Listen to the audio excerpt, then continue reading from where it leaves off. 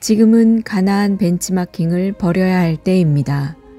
사사기 1장 1절에서 2절. 여호수아가 죽은 후에 이스라엘 자손이 여호와께 여쭈어 이르되 우리 가운데 누가 먼저 올라가서 가나안 족속과 싸우리이까. 여호와께서 이르시되 유다가 올라갈지니라. 보라, 내가 이 땅을 그의 손에 넘겨주었노라 하시니라. 벤치마킹은 쉽게 얘기하면 따라하는 것입니다. 그런데 사전적인 의미를 보니까 경쟁 업체의 경영 방식을 아주 면밀하게 분석을 해보는 겁니다. 전후 사정, 그 모든 절차 관계를 조사를 해서 그 경영 업체를 따라잡는 것을 말하는 거예요. 또한 모범적 사례를 찾아다니는 겁니다. 아, 그런 절차 방식을 따라했을 때 이렇게 성공했구나. 저렇게 성공했대. 그 성공한 업체를 보고 나는 그렇다면 어떻게 바꿔야 되겠는가? 나는 지금 뭐가 틀린 건가? 나는 어떤 중심을 잃어버려서 저대로 못 되는 건가? 안 되는 부분을 뽑아내는 겁니다. 그런 이후에 그렇다면 이렇게 해야 되겠다라고 하는 부분에 성과 측정을 하는 거예요. 어떻게 하면 잘 될 수 있는가라고 하는 것들을 딱 뽑아내갖고 그것을 열심히 하는 것을 벤치마킹이라고 얘기하는 거예요. 그러니까 그냥 무조건 가서 그걸 보고 따라하는 것을 의미하는 게 아니라 그 안에는 정말 사연이 있고 재계에 대한 욕구가 있고 그래서 선별한 겁니다. 난 저렇게 될래. 내가 원하는 건 바로 저거야. 그런데 쟤네는 어떻게 저렇게 잘 되지? 라고 그 전략 방법을 조사해서 터득을 한 다음에 그것으로 성공한 사례를 가서 찾아서 아, 그거구나. 왜 우리 집은 김장만 담았다 하면 짜? 싱거워. 뭔가가 이상이 있네. 정말 김장을 잘 담그는 집을 가서 면밀하게 조사를 해야 돼요. 겉모양만 따라해서는 그게 되질 않습니다. 아, 소금 양과 절이는 시간과 그 소금의 원산지에 문제가 있구나. 뽑아내는 겁니다. 그 방법대로 한 집들을 소개해줘서 가서 먹어보니까 아우, 우리 집 식구들이 원하는 김치 맛이에요. 그런데 우리는 이렇게 비싼 죽염은 못 쓰는데, 우리는 남해안 이 비싼 이 추젓을 못 쓰는데, 우리는 이런 생선을 가져다가 담을 수 있는 이런 상황이 못 되는데, 우리 남해도 아니고 서울인데 어떡하지? 그럼 우리가 할 수 있는 대안들을 거기서 얻어내어서 그것으로 김장 잘 담근 집, 그 집 방법을 계속해서 그 절차, 원료, 방식, 그리고 우리만의 쓸 수 있는 그 방안까지 다 써서 더 잘 담근 김치가 나오도록 하는 거. 이것이 뭐라고요? 벤치마킹이라는 거예요. 그런데 오늘 제목이 지금은 가나안의 벤치마킹을 버려야 될 때라고 말씀하시는 거예요. 그러면 여기서 이제 벤치마킹은 설명을 했기 때문에 지금은이라고 하는 부분, 이건 여러분이 너무나 잘 설명할 수 있는 마지막 때이다. 예수님 오시고 나서부터가 마지막 때예요, 여러분. 69일에와 70일의 사이를 열어서 은혜의 시간, 덤의 시간, 선물의 시간을 주기 위해 예수님 오신 거예요. 은혜 받았다. 이건 뭡니까? 덤으로 시간과 영생과 사랑을 다 받았다라고 하는 겁니다. 그러니까 지금은 그런 때니까, 주님 오실 날이 가까운 마지막 때이니까, 주님이 이번엔 어린 양으로 구원자로 오시는 것이 아니라 심판주로 오시기 때문에 이건 우리에게 있어서는 바울과 베드로 사도들이 얘기한 것처럼 긴박함이 있는 거예요. 그래서 주님은 당신이 오시는 그때에 대하여 성도들에게 당신을 누구에게 비교를 하셨는가? 도적에다 비교를 했어요. 그러니까 갑자기 기습해서 파산이 일어나는 그 도적처럼 주님이 올 때가 있다라는 거예요. 그러니까 그 도적 때를 맞지 않기 위해서 지금은 뭐라고 말씀하시는가? 가나안 벤치마킹 했던 거 빨리 버려라. 그런 때라고 말씀하시는 거예요. 사사기에서 가나안이 어떤 존재인가를 여러분 너무 잘 아시는 거죠. 이스라엘과 절대로 섞여서는 안 되는 그런 종교, 그런 문화, 그런 관계성, 그런 죄성으로 익혀져 있는 족속들이다. 이렇게 여러분이 이해하시면 되는 겁니다. 이스라엘이 몇백 년 동안의 노예가 됐다가 어떤 노예입니까? 이집트 어마어마한 문명세계의 노예로 그냥 엄청난 인력 부대로서 살다가 그 다음 단계가 광야의 홈레스 유목민 그룹으로 정말 기적을 베푸시는 주님의 역사만 싹 빼버리면 떠돌이 그런 떠돌이가 없는 것이죠. 그런 세월 속에 가나안을 들어갔을 때 가나안 문화 문명이 너무나 멋졌던 겁니다. 건축물이 너무나 뛰어났어요. 그리고 법제도가 굉장히 활성화되어 있었습니다. 그러니까 눈으로 볼 때에는 지금 마치 우리나라에 법복 입고 딱 자리 채워서 프로필을 가지고 업적을 가지고 행사하지만 그죠? 그게 겉보기일 뿐이라는 거예요. 그리고 무역이 발달이 됐어요. 그러니까 얼마나 그 중동 지역에 엄청난 문물들이 그들 가운데 장식이 되어 있겠어요? 건축물이 뛰어나다라는 것은 그 요소의 다른 부분들까지도 다른 문화 문명도 저절로 소프트웨어로서 발달됐다라는 것을 의미하는 거죠. 의상도 마찬가지일 것이고 집 구조, 가구에다가 그리고 그것을 활용할 줄 아는 예술 감각들. 그들은 정착인으로서 농사를 지었기 때문에 그 농사 지은 것들을 비축해서 상업을 할 줄도 알고 활용을 할 줄도 알고 그것으로 저장을 해서 더 나은 상업, 사업을 할 줄 아는 민족이었다라는 거예요. 상상을 한번 해보세요. 유목민이었던 이스라엘이 40년 광야 돌다가 전쟁하고 지치고 그들이 들어갔단 말이죠. 그들에게 여호수아를 통한 모세 언약의 전수와 그 순종이 없다면 중심 잃어버리게 돼 있는 것입니다. 이스라엘이 가나안 보고 홀딱 반한 것처럼 저런 건물 좀 봐. 저 패션 좀 봐. 저 도서관 좀 봐.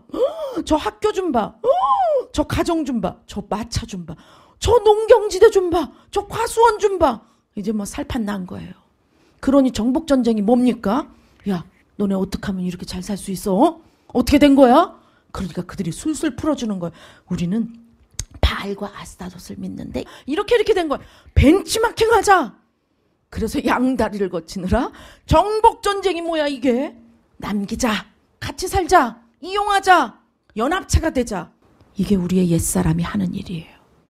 우리가 생각과 감정과 우리 선택의 의지에 중심을 제대로 잡는 것. 다시 말하면 바르게 걸어가고 활동하고 그 균형을 통해서 무언가 조금 기울어진 희생을 한다 할지라도 결코 넘어지지 않는 그 중심을 잡는 것은 오직 예수님이 나를 위해 무엇을 하셨는가. 우리는 예수님이 나를 위해 무엇을 하셨는가에 항상 중심을 둬야 합니다. 중심 잡아라, 중심 잡아라. 중심 잡지 않으면 쓰러진다. 우리가 놀이터에서 그리고 또 어떤 아주 가벼운 운동을 할 때라도 중심을 잡지 않으면 넘어져서 부상을 입게 되어 있습니다. 중심을 잡지 않으면 이 전체 우주 공간의 모든 질서는 다 파괴되고 마는 것입니다. 여러분 생각이 어떻게 지금 기울어져 있습니까? 중심을 잡지 못하고 있습니까? 내 생각의 불균형, 내 감정의 불균형, 내 관계성의 불균형, 내 선택의 불균형, 이 모든 불균형에 대해 나는 주님께 영광을 돌릴 것이다 라고 하는 것이 완전히 그게 부서져 버렸다라고 하는 것. 그건 균형을 잃고 넘어졌다라는 것이죠. 다시 일으켜 세워주신다면 그건 주님이 우리에게 해주시는 일이고, 그렇다면 그때부터 우리는 또 균형을 잡기 위해서 중심 잡아야 합니다. 오늘 예수님이 여러분의 중심이 맞습니까? 여러분 생각의 중심이 예수님이십니까? 조금 전까지 내가 가지고 있었던 생각, 감각, 누군가에 대한 판단, 근심, 그리고 절망, 또 내게 아무리 멈추려고 해도 되지 않는 중독 증세, 쾌락, 욕구, 욕심, 헛된 생각들, 이 모든 것들 역시도 예수님 중심으로 내가 균형을 잡으려고 할 때 그것은 틀렸습니다라고 예수님이 여러분을 위해서 해주신 그 일, 복음, 그것이 중심이라면 빗나간 생각, 열거했던 것들 다 버릴 수 있겠습니까? 버려야 됩니다. 버려야 합니다. 여러분 안팎으로 일어나는 비진리에 대해서 어떻게 여러분이 그것을 처리했는가가 사실은 회개하는 사람의 민첩성이고 그리고 회개에 대하여 집중하고 있는 사람의 태도입니다. 우리는 언제나 그런 굿맨, 좋은 사람, 바른 인생이라고 하는 그 중심을 맞추려다가 예수님 중심을 놓치고 균형이 깨진 줄도 모르고 잘못된 중심에서 거기서 균형 맞추기를 하다 세월을 다 보내는 것입니다. 빼앗긴 세월. 여러분이 뭔가 넘어가려고 해도 되지 않고 정말 주님이 예수님의 승리하신 이름으로 정복하라고 했던 생각, 감정, 의지, 선택, 가치관, 세계관 모든 것 나는 정복하지 못했다. 난 왕께 그것을 드리지 못한 채 아직도 마귀가 통치하고 있다. 아직도 가나안의 그 원주민 여호와 하나님을 섬기지 못하게 하는 악한 영들의 그 도구에 의해서 나는 그 꼭두각시가 되어 있다라는 부분이 여러분 있다면 오늘부터 주님이 주시는 이 사사기의 말씀을 통해서 빼앗긴 땅을 다시 찾는 놀라운 역사가 있기를 예수님의 이름으로 축원합니다. 여러분의 상한 것들을 중심을 잃고 넘어져서 깨진 것들을 여러분이 가지고 오신다면 산산조각 났다 할지라도 주님은 다시 새롭게 하실 수 있는 분임을 믿으시고 오늘 시작하는 사사기를 통해서 새로운 하나님 나라의 증인의 삶을 열어가시는 여러분 되시길 예수님의 이름으로 축원합니다.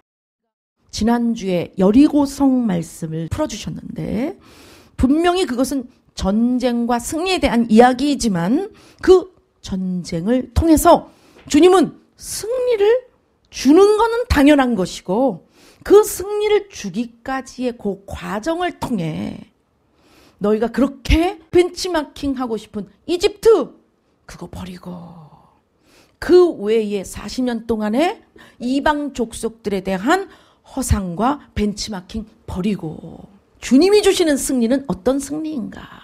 주님은 그래서 어떤 전쟁을 하게 하시는가? 그것을 철저히 알게 하시기 위해. 왜?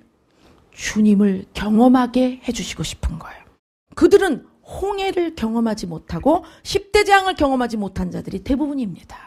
그래서 구전으로 그리고 부모들의 그러한 교육을 통해 그런데 어떡합니까? 구전도 그 사람의 벤치마킹한 세속화에 의해서 바뀔 수가 있고 또 아무리 사랑하는 부모라 할지라도 주님의 명령에 순복하지 않을 때 악한 영들의 속임 가운데 쓰러지고 깨지는 건 매한가지란 말이죠.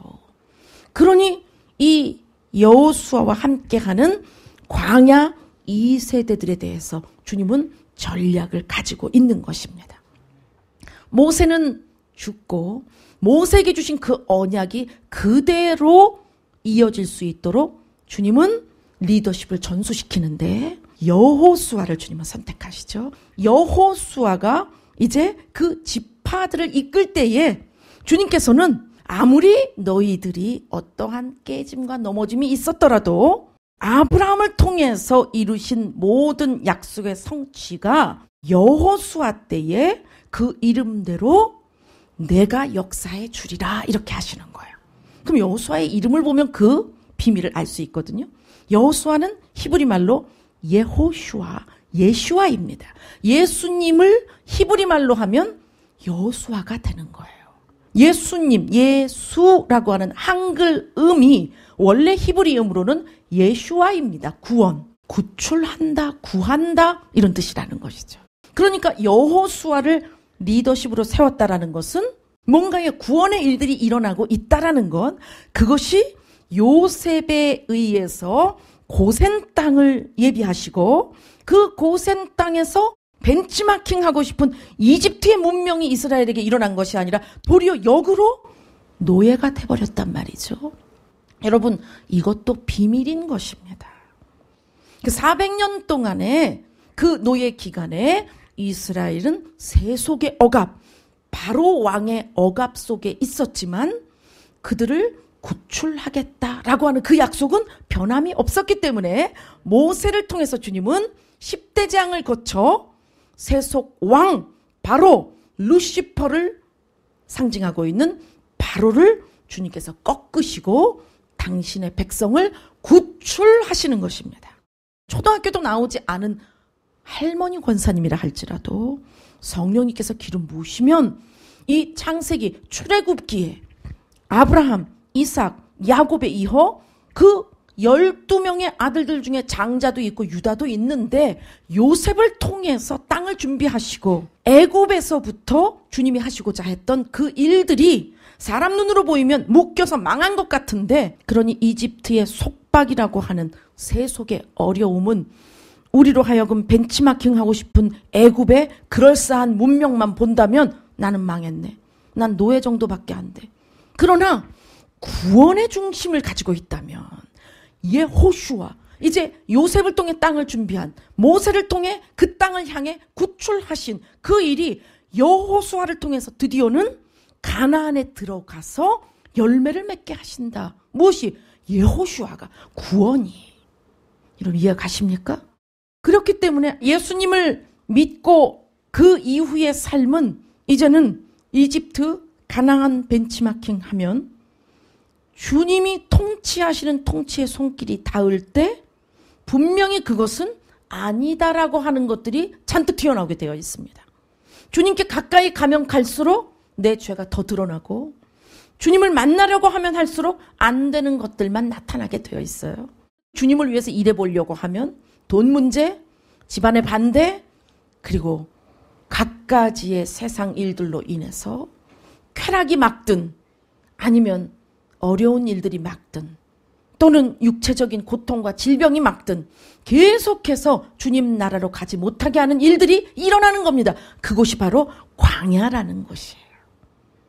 그래서 모세를 통해 인도하셨지만 가나안에 들어가지 못했던 거역의 세대, 옛사람은 죽고 이제 여호수아, 여호수아, 예수와 구원자가 이끄시는 속사람, 이 세대, 광야 세대를 이끄시는 이 놀라운 출애굽기의 이 과정들을 우리가 그대로 걸어가는 것입니다. 여리고성에서 이게 여호수아의 초반기에 나오는 싸움이지만 중요한 것은 주님께서 정말 어떻게 하면 전쟁을 승리하는가에 대한 병법이라기보다는 하나님 나라의, 그 하나님 나라의 영광 가운데 서면 세속의 모든 두려움과 장애물들은 사라진다라고 하는 경배자, 예배자의 능력을 보여주신 거예요. 아멘, 할렐루야. 주님은 그래서 그런 예배자를 지금 찾고 계시는 것입니다. 능력이 인간에게서부터, 문명에서부터 나오는 것이 아니라 기능이 인간이 가진 물질과 그것을 사용하는 기능에서 나오는 것이 아니라 이 세상의 어떤 것도 주님의 영광 가운데 고개 들 수 없는 그 질서, 그 능력, 그 존재에 대해서 우리에게 부어주시고 우리로 하여금 우리가 누구인가를 알게 하시며, 그래서 우리의 삶 속에 만나는 갖가지의 여리고성 앞에서 우리는 애굽을 벤치마킹하지 않고 이방 족속이나 가나안을 벤치마킹하지 않고 오직 주님이 주신 말씀, 모세에게 일러주었던 그 말씀을 그대로 전수받았던 리더자 누굽니까? 여호수아, 예수와 여호수아죠. 그러니까 이 땅에 오신 예수님께서 하신 그 일들을 우리는 전수받아서 그대로 그 일들로서 이 안팎의 여리고성을 무너뜨리면서 가는 것입니다. 우리가 무너뜨리는 것이 아니라 우리가 그 선 곳에 여호수아를 통하여 모세로부터 받았던 전수받은 모든 하나님의 말씀을 순종만 한다면 여리고성을 누가 무너뜨리시는가? 약속대로 주님이 무너뜨리시는 것입니다. 아멘, 할렐루야, 아멘. 자, 그렇다면 이 여호수아서가 지나가면 분명히 가나안에 입성해서 승승장구하는 영광의 예배가 열려야 되는데 오늘 본문 1절을 보니까 첫 마디부터가 별로 기분이가 안 좋아요. 여호수아가 죽은 후에 이스라엘 자손이 여호와께 여쭈어 이르되 우리 가운데 누가 먼저 올라가서 가나안 족속과 싸우리이까. 여호수아가 죽은 후에라고 시점을 얘기하는 이 히브리어는 매우 중요합니다. 성경에서 어떤 시점, 길가에서 어떤 지점, 이 지점과 상황을 왜 얘기하느냐? 이유가 다 있기 때문이죠.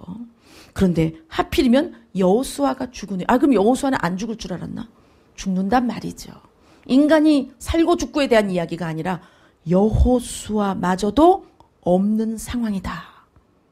그 다음 리더가 세워지지 않았다라는 거예요. 여호수아에게 주신 것은 정복과 분배를 명령하셨습니다. 이제 가나안에 들어가서 정복해라.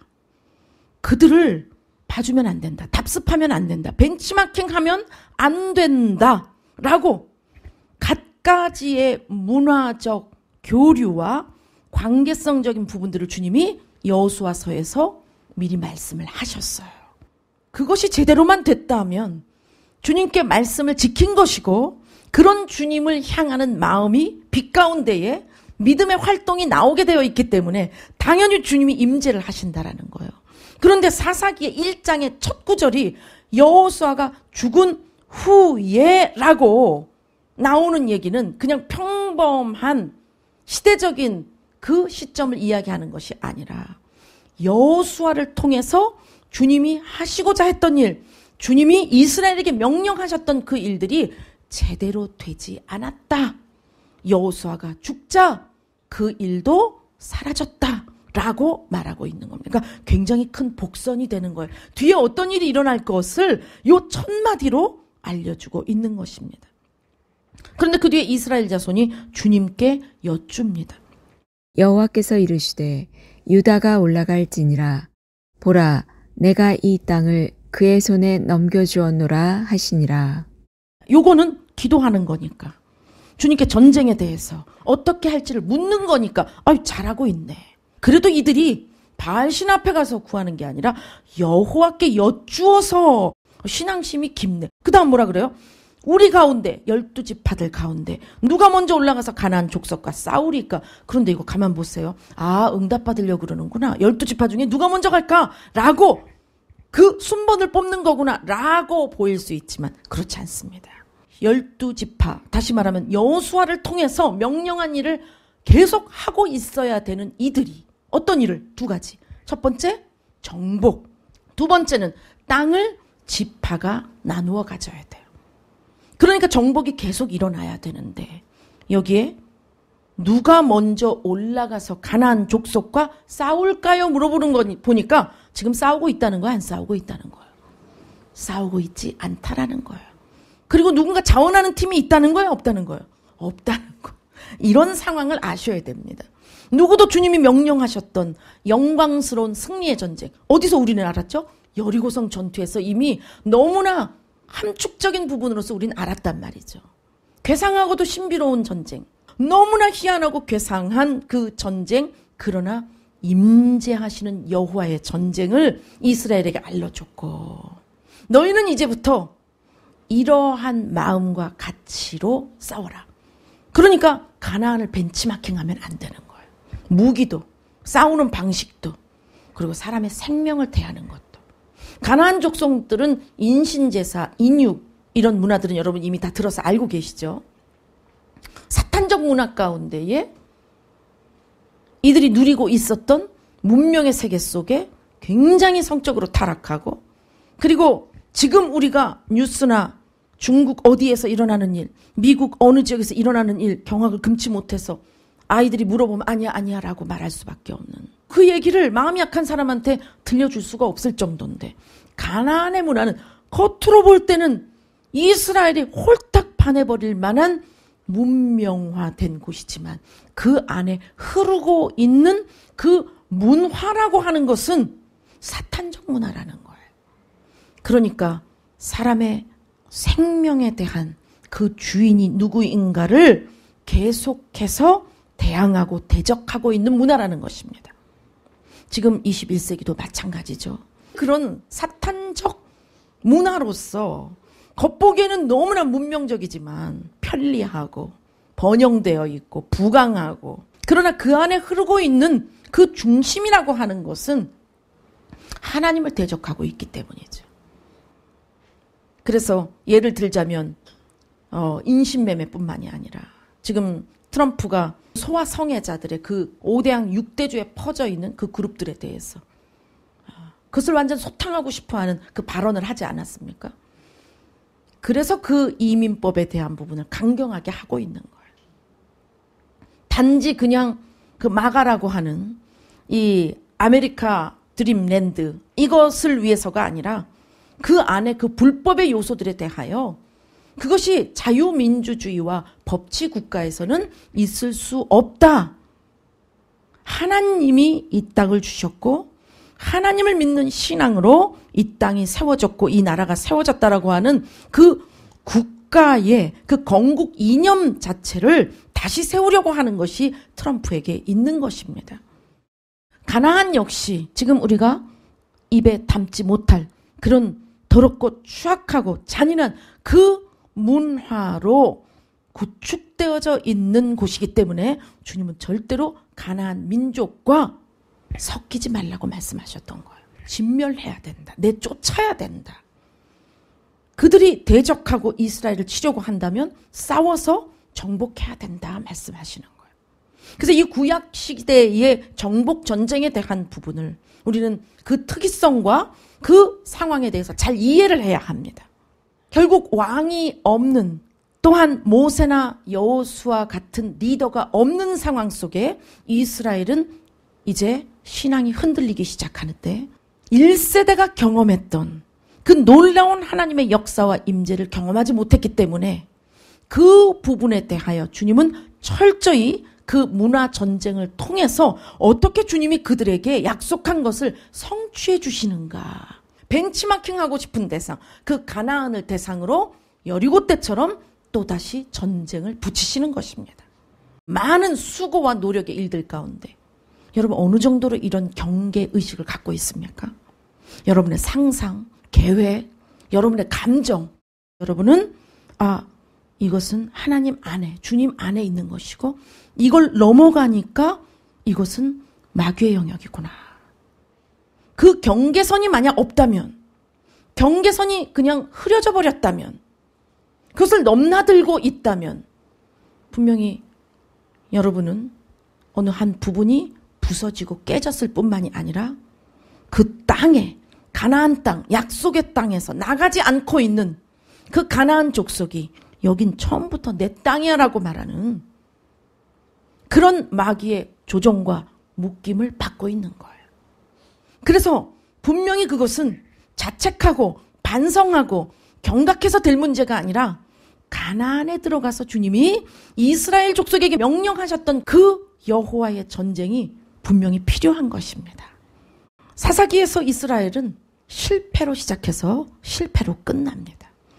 사사기에 정말 놀라운 사사들이 나오지만 그러나 가면 갈수록 정말 입에 담지 못한 일들을 하는 사사들로 이제 부정적인 결론까지 그 결과까지 이르게 됩니다.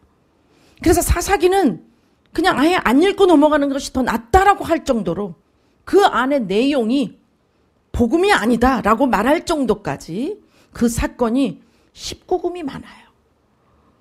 그런데도 이 사사기가 모세 오경 이후 역사서 여호수아서를 다리로 삼아 어떻게 왕정시대로 인도해 가고 있는가? 그것은 그 사사기 때에 발견해야 될 것이 오직 하나, 여호수아, 예수와 예수 그리스도 메시아만 발견을 해야 되기 때문입니다. 그래서 사사기가 지나면 룻기가 나오게 되는 거예요. 다윗의 자손 예수님이 오실 수 있도록 계보에 대한 확정을 우리에게 보여주는 것인데 그 룻기도 역시 사사시대입니다. 주님이 이미 이 모세를 통해서 주셨던 사랑의 법들을 완전히 무시해버린. 왜? 그 당시에 이방 족속들이 눈에 보기에 탐심이 일어나는 그런 문화, 문명을 가지고 있다고 속았기 때문에 이중적인 계약을 한 것입니다. 먹고 살기 위한 것. 지금도 마찬가지지만 돈을 포기를 못한 것이죠. 나오미의 가족은 하나님의 법을 지키느니 이스라엘에 이런 어려운 흉년이 들었을 때 이민을 감으로써 돈을 구축하자. 돈만큼은 지키자. 그리고 나중에 다시 와서 그때 잘하면 되지. 라고. 그래서 거기서 발견해야 될 것은 안식일과 희년입니다. 희년은 땅과 직결된 법이에요. 그 땅이 누구 것인가? 너희가 먹고 산다고 거기서 농사를 지어도 그것은 너희의 구원을 위해 내어준 하나님의 사랑일 뿐이지 그 땅의 주인은 네가 아니다 라는 것을 말씀하시는 것이고, 그렇기 때문에 이 희년의 절기를 지켜라 라고 했는데 이스라엘 것을 지키지 않기 때문에, 그래서 나오미 같은 가족도 나오는 것이죠. 그 희년에 그 놀라운 사랑의 법을 통하여 가난한 자나 억압된 자, 망한 자들이 흉년이나 또 기간을 두고 주님이 원하는 법대로 그 경제적인 부분들이 순환될 수 있도록 하는 놀랍고 아름다운 법인데도 불구하고 돈에 미쳐버리니까 이스라엘의 근동 5대 부족 연합체의 그 국가들이 가지고 있는 부와 성공에 대하여 벤치마킹을 하다 보니까 하나님의 법을 지킬 수가 없는 거예요. 여러분, 세상 방법 따라가면 하나님 법 지킬 수 없습니다. 세상 사람들이 원하는 대로 살려면 하나님 원하는 대로 살 수 없습니다. 세상에서 원하는 모습, 세상이 정말 성공했다라고 하는 그런 모습이 되기 위해서는 하나님이 잘했다라고 하는 그런 모습으로 살 수 없습니다. 두 가지 다 이 양다리를 걸치면 죽게 되어 있는데도 불구하고 둘 다 놓칠 수 없는 욕구 때문에 결국은 하나님을 버리게 되는 것이죠. 주님께서 이러한 이스라엘의 연약함을 아셨기 때문에 끊임없이 광야에서 전쟁과 연단으로 걸어오게 하셨는데, 그리고 이 땅에 부패한 인류 그 대표가 되는 이스라엘을 너는 나의 것이다 하시고, 넌 내 보석이다 라고 말씀하시고, 내가 너에게 약속한 이것을 난 반드시 지킬 것이다 하심으로써 그 가나안에 들어가서의 그들의 정착에 대해 여호수아, 예슈아의 그 놀라운 구원의 예언적 말씀으로 미리 주셨다라는 것을 아셔야 돼요.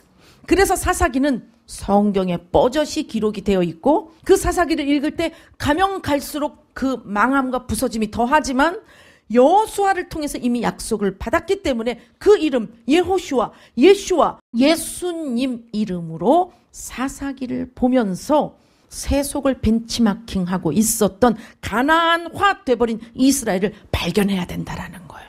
그럴 때 룻기가 열려서 망한 집구석, 나오미의 집구석이지만 주님은 룻이라고 하는 이방 며느리를 통해 놀라운 은혜의 일이, 다윗이 태어나는 보아스와의 만남이 이루어지게 되는 것입니다. 할렐루야.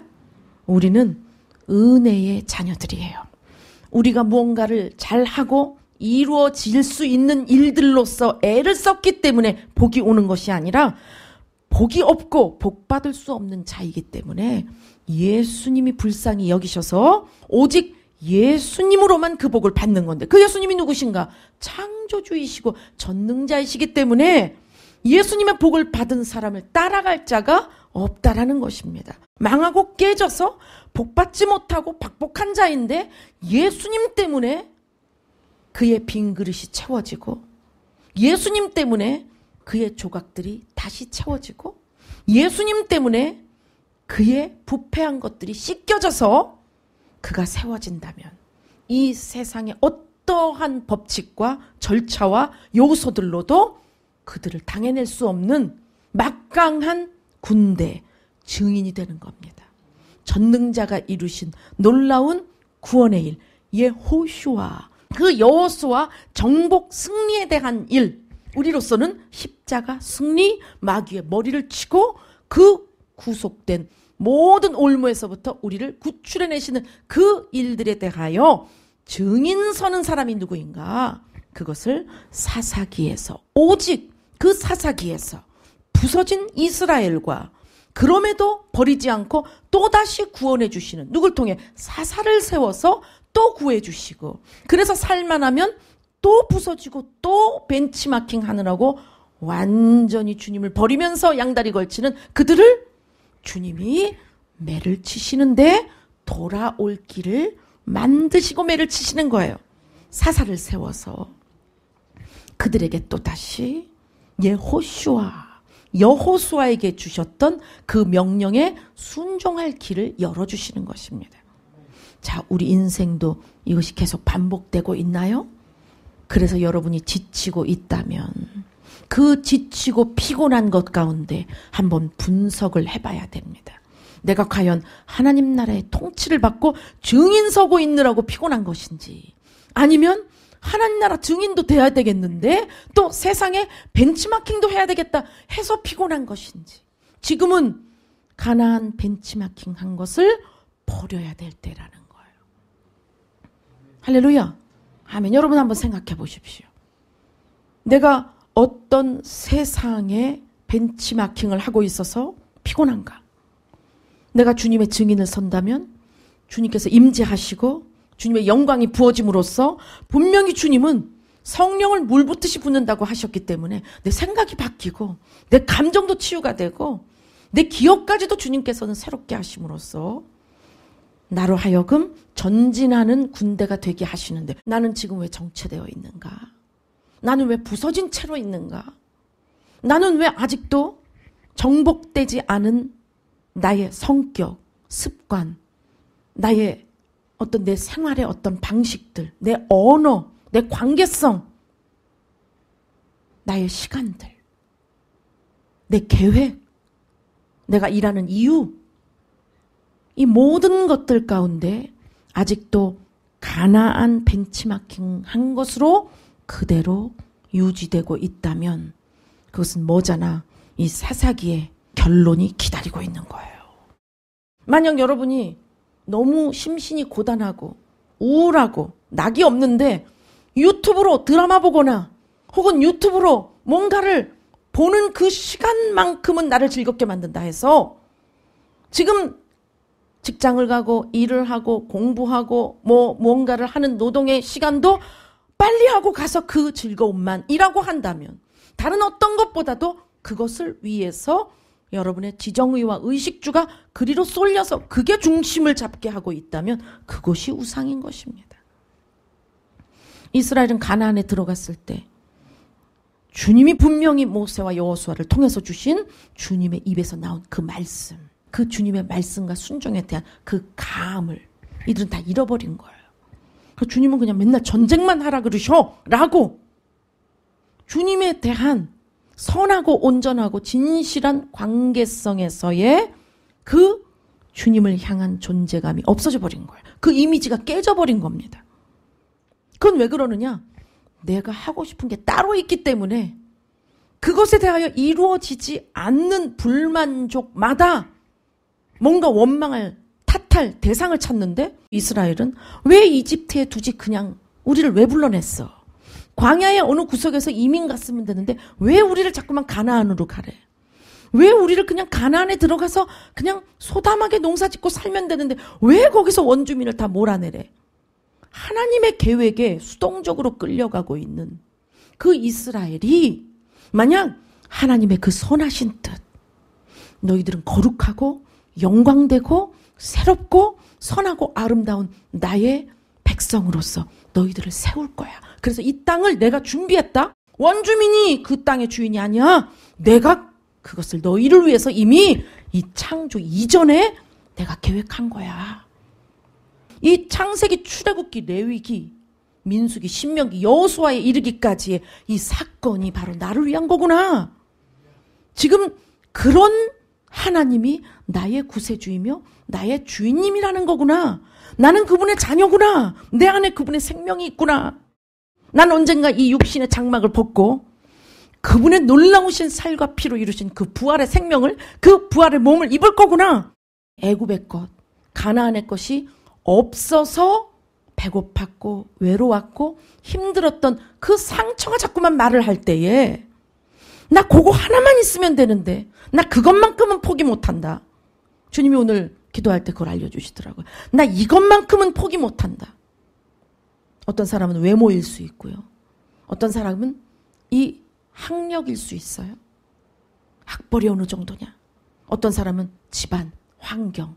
그러니까 언제나 그 불만족이 상처가 되고 그 없다, 배고프다, 창피하다, 못났다, 안 되는구나, 좌절하고 그래서 이 안에 즐거움이 없었던 것, 도파민이나 세로토닌이 나오지 않았던 것 때문에 그것대로 시각이 열리는 거거든요.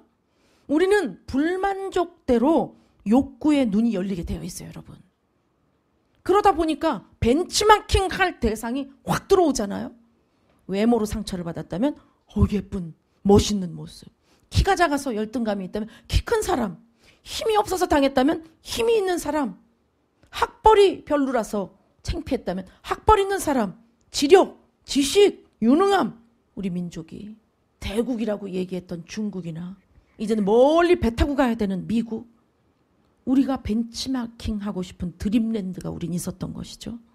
그러니까 주님이 세우신 놀라운 이 대한민국의 건국의 이 국가의식을 먹고 입고 마시고 즐기는 걸로 그냥 우리는 버려버리고 여기에 사탄적인 문화가 들어와서 아이들을 장악해버리고 그 자유민주주의와 법치에 대한 부분까지도 완전히 가나안화되고 있는 줄도 모른 채 경제발전만 가지고 우리는 살아오다 보니까 벤치마킹한 거 놓칠 못해요. 우리의 배고프고 그리고 가난했고 못 배웠고 그리고 세계에서 가장 더럽고 고아가 많고 그리고 신체적으로도 왜소하고 그렇기 때문에 아주 급속도로 성장하는 그 기간 동안에 기독교도 그 문화가 발전한 것 같은데 안에 온전함과 진실함으로 하나님을 섬겨야 되는 그 신앙은 이렇게 가난화돼서 이중계약으로 양다리 걸치며 살아왔던 것에 대한 결과가 우리 다음 세대라고 얼마나 우리가 기도했습니까?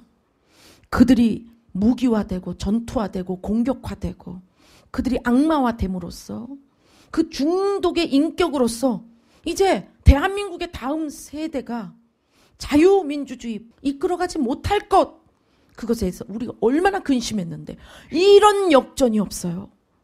이 기성세대에 이 가난화 돼버린 하나님을 대적하는 이 모든 사상과 문화에 대해서 우리가 근심했던 그 10, 20, 30 세대들이 도리어 그들이 잘하는 클릭의 문화, SNS에 접속해서 그것으로 소통하는 그들의 스피디한 그 손놀림을 통해서 이들이 자유민주주의가 무엇인지 법치주의가 무엇인지라는 것을 알고 1948년 건국을 인정하지 않는 그런 무리들에 대해 증인될 수 있는 자들로 일어섰다라는 것이 이것이 얼마나 놀라운지 모르겠습니다. 이건 하나님이 하신 일이라는 거예요.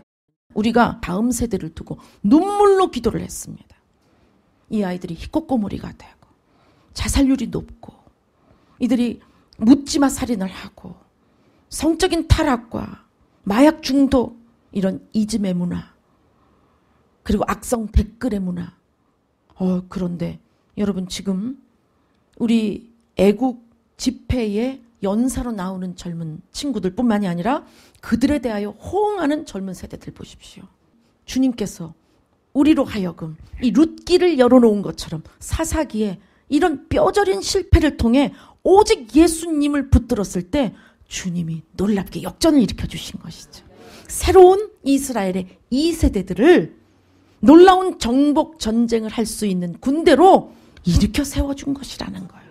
이스라엘의 역사로서는 사사기는 망한 거지만 주님은 그 역사를 통해 믿는 자들에게 무엇을 말씀하시는가?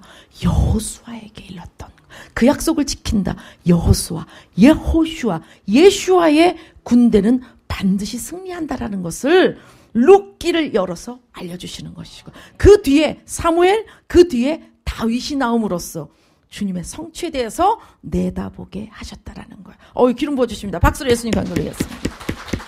이 나라의 법의 가치에 대한 것, 그것은 즉 자유민주주의 체제에 직결된 것이고 그 자유민주주의 체제를 허락하신 이 나라 대한민국은 주님께서 세우신 나라이기 때문이죠.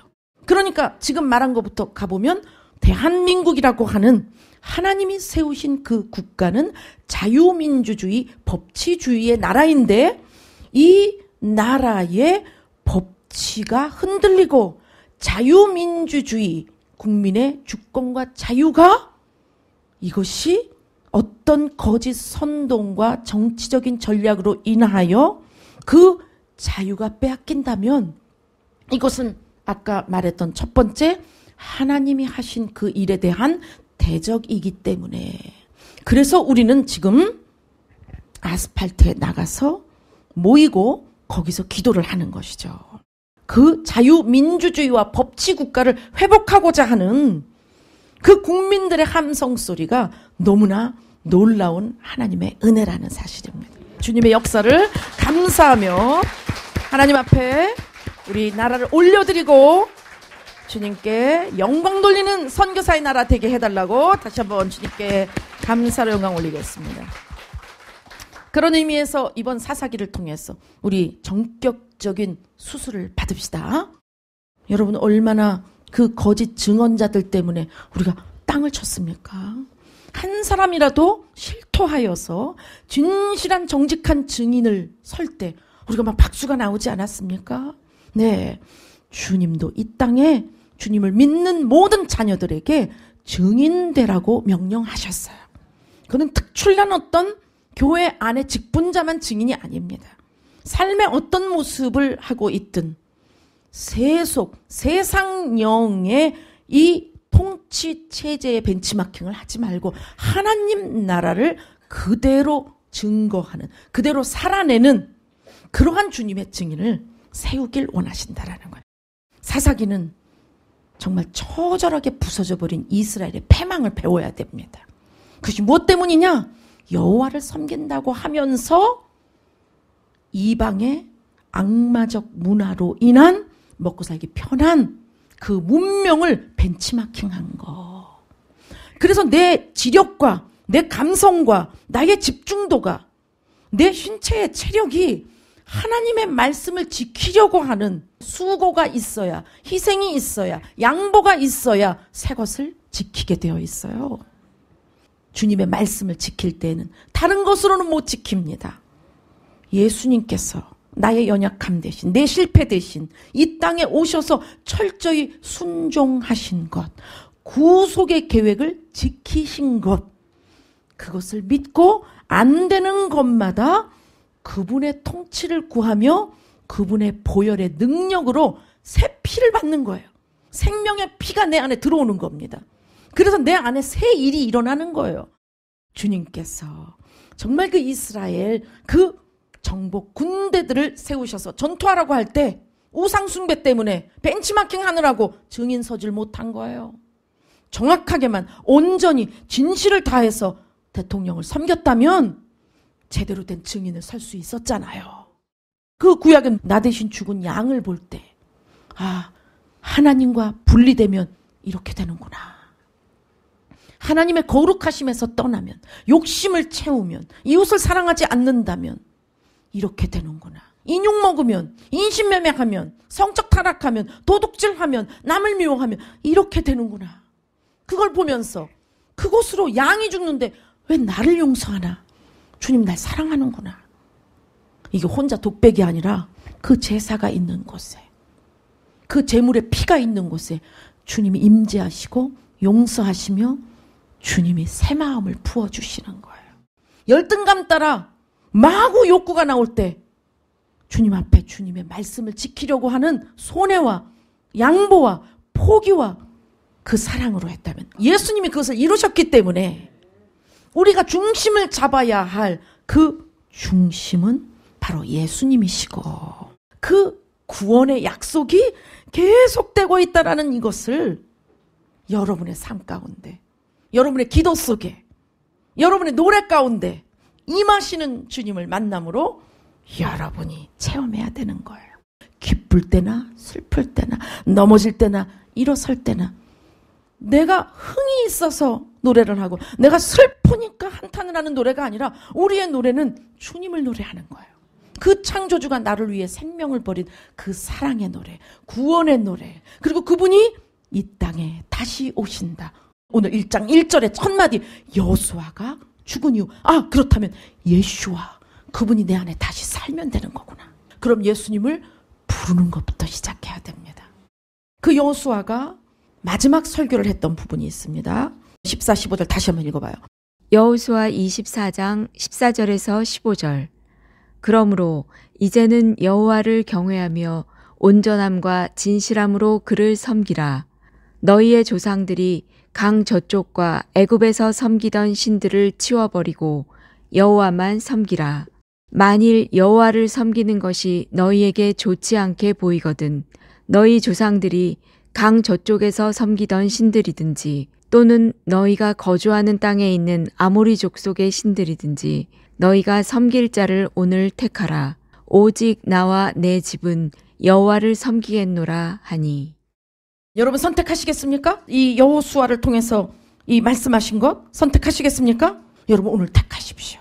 우리는 이미 오신 그 예수님이 그 사랑의 구원으로서 우리를 물과 성령으로 거듭나게 하실 때에 이제 우리는 증인 서는 일에 집중을 해야 되는 것입니다.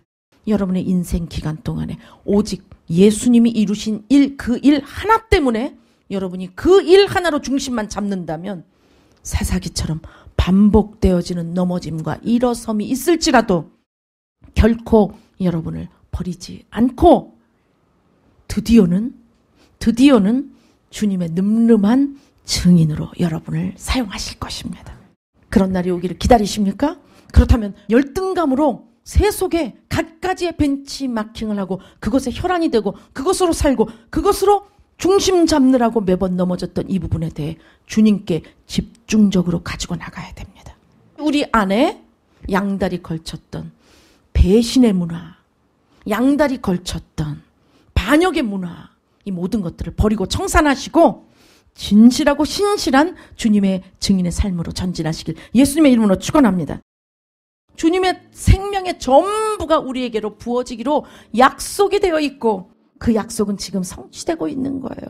그러니 벤치마킹한 것으로 헛된 중심을 잡지 마시고 이제 그만 쓰러지시고 그만 넘어지시고 주님으로 중심을 잡으시기 바랍니다. 주님은 여러분의 연약함이 있을 때마다 여러분을 붙잡아 주실 거예요. 하나님이 능히 모든 은혜를 너희에게 넘치게 하시나니 이는 너희로 모든 일에 항상 모든 것이 넉넉하여 모든 착한 일을 넘치게 하려 하심이라. 아멘. 어떤 사모님이 길을 가다가 그 밤늦게 어떤 어린 아이가 내복바람에 나와서 가게에 들어가서 음식을 사는 것을 보고 무슨 일이냐 물었을 때에 부모님이 안 계시고 병든 할머니가 있어서 동생 7살짜리를 데리고 음식을 사러 나와. 그것이 너무나 안쓰러워서 그들이 안전하게 갈 수 있도록 골목까지 데려다 주는데 너희들 혹시 예수님 믿냐 물어봤을 때 그 아이가 네 라고 교회 다닌다고 말을 했대요. 그래서 사모님이 그래 예수님 불러라 하고 인사를 하고 바라보고 있는데 주님이 그 사모님에게 그러는 거예요. 너 저들에게 가서 내가 너희를 사랑한다. 내가 너희를 끝까지 사랑한다. 라고 말해주라고. 그래서 그 애들에게로 달려가서 그 애들 둘에게 어깨동무를 하고 예수님이 너희를 사랑하신대.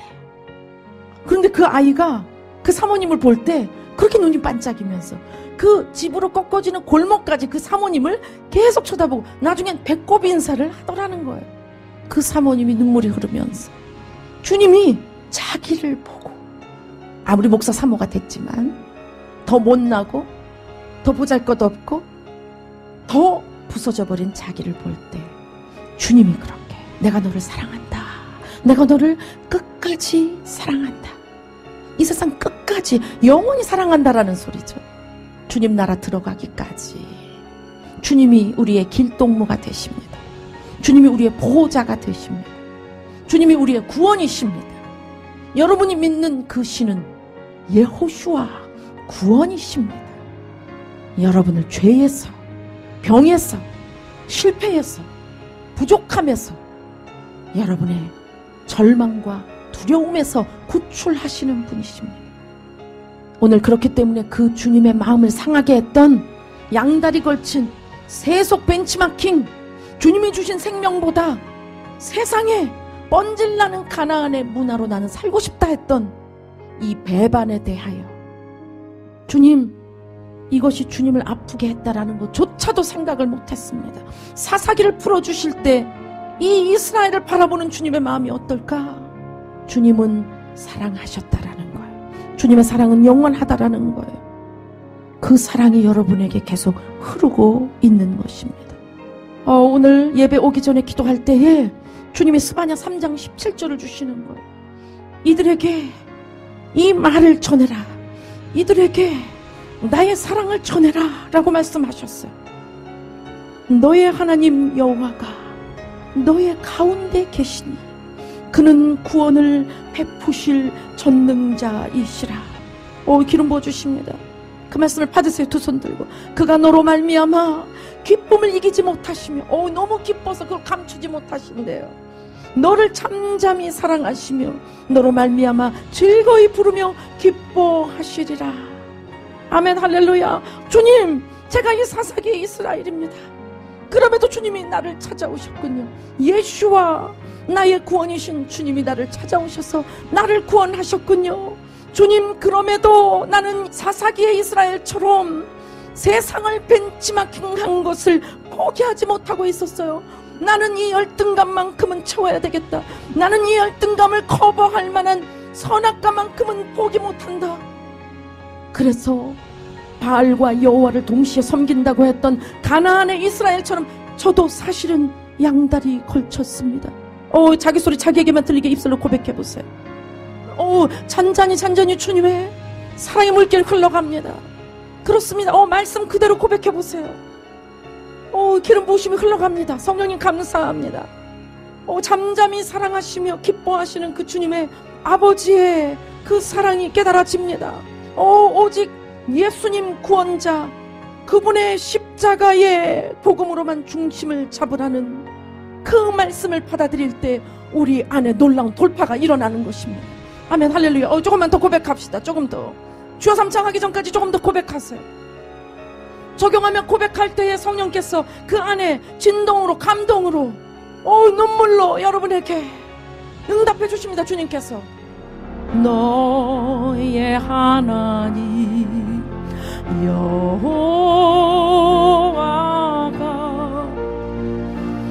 너의 가운데 계시니. 주님 환영합니다 하세요. 가슴에 손을 얹어보세요. 어린아이처럼. 그는 구원을 베푸실 전능자시라.